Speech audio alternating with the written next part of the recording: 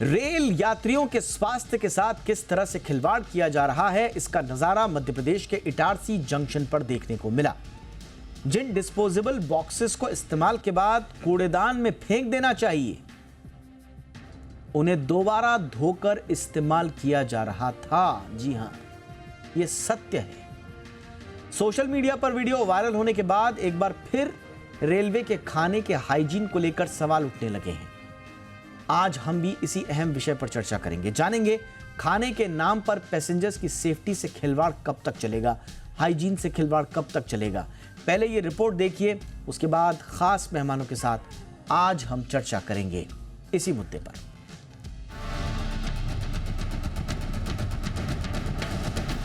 भारतीय रेलवे को हमारे देश की लाइफलाइन मानी जाती है, क्योंकि भारत के पास दुनिया का सबसे बड़ा रेल नेटवर्क है। 13,452 यात्री ट्रेनें हैं। हर रोज 2 करोड़ 50 लाख यात्री सफर करते हैं। लेकिन भारतीय रेलवे के खाने और हाइजीन को लेकर हमेशा से ही सवाल उठते रहे हैं। हाल में एक वायरल वीडियो ने एक बार फिर रेलवे के खाने को लेकर सवाल उठा दिए हैं। इस वीडियो में एक वेंडर रेलवे प्लेटफॉर्म पर यूज्ड डिस्पोजेबल को पानी से धोते हुए दिखाई दे रहा है। ये वीडियो मध्य प्रदेश के नर्मदापुरम के इटारसी जंक्शन का है, जहां आम आदमी के स्वास्थ्य के साथ खिलवाड़ किया जा रहा था। यहाँ यूज्ड डिस्पोजेबल कंटेनर को धोकर उसे दोबारा इस्तेमाल किया जा रहा था। इस वीडियो के वायरल होने के बाद इटारसी रेलवे स्टेशन के रेलवे अधिकारियों ने जांच शुरू की। जांच में पता चला कि युवक का नाम समीर सिंह है, जो प्लेटफॉर्म नंबर 4 से 5 पर स्थित लाइसेंसी सीमा पांडे के स्टॉल पर काम करता था। फिलहाल रेलवे ने सीमा पांडे के स्टॉल को सील कर दिया है और पुलिस समीर की तलाश कर रही है। इस मामले को लेकर भोपाल संभाग के सीनियर डीसीएम सौरभ कटारिया का कहना है कि इटारसी रेलवे स्टेशन के सुपरवाइजर को रिपोर्ट बनाने के निर्देश दिए गए हैं। रिपोर्ट आने के बाद दोषियों पर कार्रवाई की जाएगी। कटारिया ने ये भी कहा कि रेल यात्रियों की सेहत से खिलवाड़ बर्दाश्त नहीं किया जाएगा। रेलवे उचित कार्रवाई करेगी। रेलवे खाने की हाइजीन को लेकर ये कोई पहला मामला नहीं है। इससे पहले भी रेलवे के खाने को लेकर कई तरह के सवाल उठते आ रहे हैं। कभी खाने में कॉकरोच निकलना, कभी बासी खाना परोसना, अब यूज्ड डिस्पोजेबल को धोकर दोबारा इस्तेमाल किया जाना। आखिर रेलवे रेल यात्रियों के खाने को लेकर क्यों कड़ी निगरानी नहीं करती है? आखिर 2.5 करोड़ यात्रियों के स्वास्थ्य के साथ क्यों खिलवाड़ किया जा रहा है? आखिर रेलवे हर बार वीडियो वायरल होने का इंतजार क्यों करती है?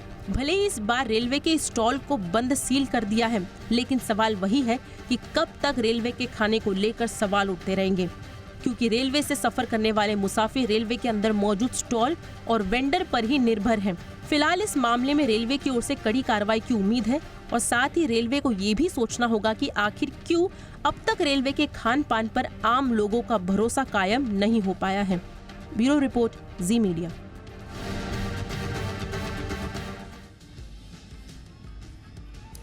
खास मेहमान इस वक्त हमारे साथ जुड़ रहे हैं। नवीन शर्मा प्रेसिडेंट हैं सीआरओ कंज्यूमर राइट्स ऑर्गेनाइजेशन के। शर्मा जी, बहुत बहुत स्वागत है आपका। और विराग गुप्ता है मेरे साथ, जाने माने एडवोकेट हैं सुप्रीम कोर्ट में। विराग जी, बहुत बहुत स्वागत है आपका। विराग जी, चर्चा की शुरुआत आपसे ही कर रहे हैं और इसमें कोई शक नहीं है कि रेलवे में कुछ हाइजीन संबंधी इंप्रूवमेंट्स हमने देखे, सर्विसेज में भी दिखा, फूड अवेलेबिलिटी में भी हमने देखा। अब पैसेंजर्स को बताया जाता है कि साहब एसएमएस से नोटिफिकेशन आता है और ये नोटिफिकेशंस होते हैं कि साहब आप ऑप्शंस आपको दिए जाते हैं, आप फूड बुक कर लो, फूड सर्विसेज में क्या क्या इन्फॉर्मेशन है, अवेलेबिलिटी क्या है, किस किस तरह की वैरायटी मिलेगी, ये सब आपको एसएमएस में मिल जाता है। लेकिन एसएमएस में ये कौन बताएगा कि जिस कंटेनर पे आपको खाना दिया जा रहा है वो फ्रेश है या कूड़ेदान से उठाकर उसको धुलकर वापस हमको परोसने वाला कंटेनर है? ये कौन बताएगा कि जो कंटेनर में हमको खाना दिया जा रहा है वो उस जगह से नहीं आ रहा है जहाँ पर चूहे हैं, जहाँ पर सड़ांध है, जहाँ पर कचरा है? और जब रेलवे को पूछो तो रेलवे कहता है साहब कार्रवाई हो चुकी है, ये तो कुछ अलग ही मामला है, वेंडर का कुछ बता रहे हैं, वो कुछ अलग ही मामला है और ये स्टैंड अलोन केसेस होते हैं इस तरह के। आप संतुष्ट हैं रेलवे के इस जवाब से? और जो दृश्य इस वायरल क्लिप की उभर कर सामने आया, आप संतुष्ट हैं सर रेलवे के जवाब से? दीपक जी, ये जो पूरा प्रकरण है ये अपवाद नहीं है और ये एक जनरल संस्कृति है। और इसके हम 2-3 पहलुओं को देखें तो रेलवे का एक मैनुअल है और रेलवे में जो कमर्शियल डिपार्टमेंट है उसके भी अपने कुछ गाइडलाइंस हैं और उसमें एक चैप्टर 28 है जिसमें खाने पीने के मामले में, वेंडर्स के मामले में, डिस्पोजेबल के यूज़ के बारे में, बर्तनों के इस्तेमाल के बारे में, सफाई के बारे में बहुत सारी गाइडलाइंस हैं। पूरी समस्या इस बात की है, और ये हम समस्या सिर्फ रेलवे की नहीं देख रहे हैं, पूरी सरकारी तंत्र की देख रहे हैं। वो चाहे गुजरात के गेमिंग जोन का हादसा हो या दिल्ली में अस्पतालों की बात हो, जहाँ कहीं भी बात होती है तो सरकारी जो एजेंसियां हैं जिनको सरकार के कानून का पालन कराने की जिम्मेदारी होती है, तो वो इंडिविजुअल्स को खिलाफ क्रिमिनल कार्रवाई करके मामले को रफा दफा कर देती हैं। अगर रेलवे की प्रॉपर्टी के भीतर अगर रेलवे के अथोराइज वेंडर कुछ गलत कर रहे हैं तो क्या रेलवे डिपार्टमेंट की जवाबदेही नहीं होनी चाहिए? ये सबसे बड़ा सवाल है। 3 साल पहले मार्च 2021 में ऐसा ही एक मामला उत्तर प्रदेश के मुगल सराय में हुआ था, और उस समय भी ऐसा हुआ कि उन्होंने 1 हफ्ते के लिए उसको स्टॉल को सील कर दिया, उसके बाद फिर मामला सब ख़त्म हो गया। तो जब तक हम इसको इस तरह से नहीं समझेंगे कि रेलवे स्टेशनों में पानी की बोतलें बिकती हैं, उनमें से कितनी परसेंटेज, मेजॉरिटी जो बोतलें होती हैं वो प्लास्टिक की बोतलों को दोबारा पानी वहीं से नल से भर करके और उसको बंद करके बेच दिया जाता है। किस तरीके से रेलवे में गंदे चादरों को दोबारा देने का एक पूरा गैंग चल रहा है, एक पूरा माफिया चल रहा है। और वो जब बात उजागर होती है, सोशल मीडिया की ताकत से बातें जब उजागर होती हैं, तो उस स्थान पर, उस जगह पर एक पुलिस, हम बजाय संस्थागत सुधार के पुलिस की कार्रवाई एक स्थान पर सीमित करके और मामले को संगीन बना के रफा दफा कर देते हैं, लेकिन सिस्टम नहीं सुधरता है जो लोगों का अधिकार है। और इसमें कई कानूनों का उल्लंघन है, कई कानूनों के तहत कार्रवाई हो सकती है। रेलवेज़ एक्ट का उल्लंघन है, रेलवे के रेगुलेशंस का उल्लंघन है, फूड सेफ्टी के जो कानून है उनका उल्लंघन है। लोग अगर चाहें तो रेमेडियल एक्शन रेलवे के खिलाफ लेंगे कि उस कॉन्ट्रैक्टर के खिलाफ लेंगे, सिविल एक्शन लेंगे कि क्रिमिनल एक्शन लेंगे, क्या क्रिमिनल लायबिलिटी रेलवे ऑफिसर्स की नहीं होनी चाहिए? बहुत सारी बातें हैं।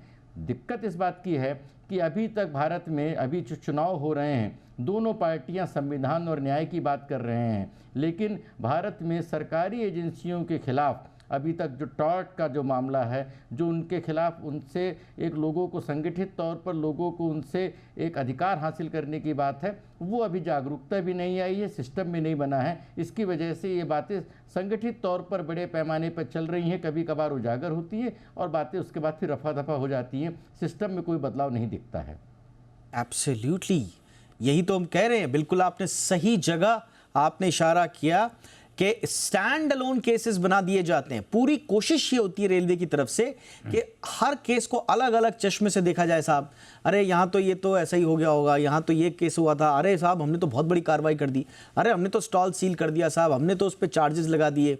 बट इशू दरअसल स्टैंड अलोन केसेस का नहीं है। इशू दरअसल ये पूरा संस्थागत जो परिवर्तन आना चाहिए, जो विराग जी कह रहे हैं, वो संस्थागत परिवर्तन नहीं आएगा जब तक आप इसको संस्थागत प्रॉब्लम नहीं समझेंगे।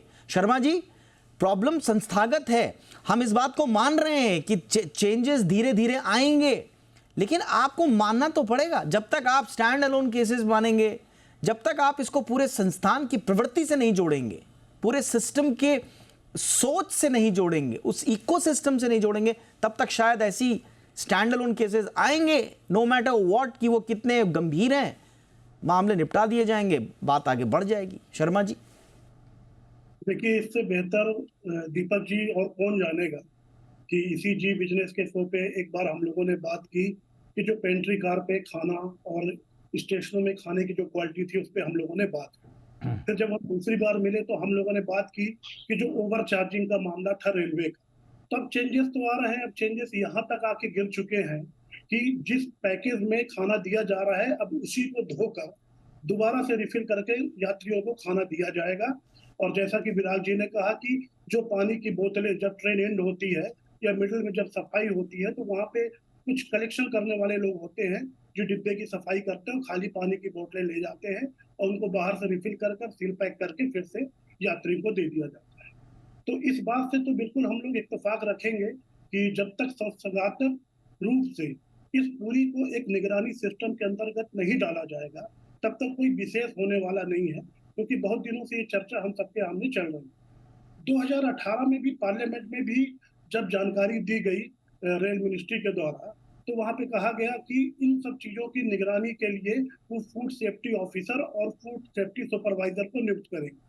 और कहीं पे ये भी मैंने पढ़ा है कि ये सब जो पूरी कार्रवाई होती है, इस सब पे जिम्मेदारी कहीं ना कहीं स्टेशन मास्टर की भी होती है।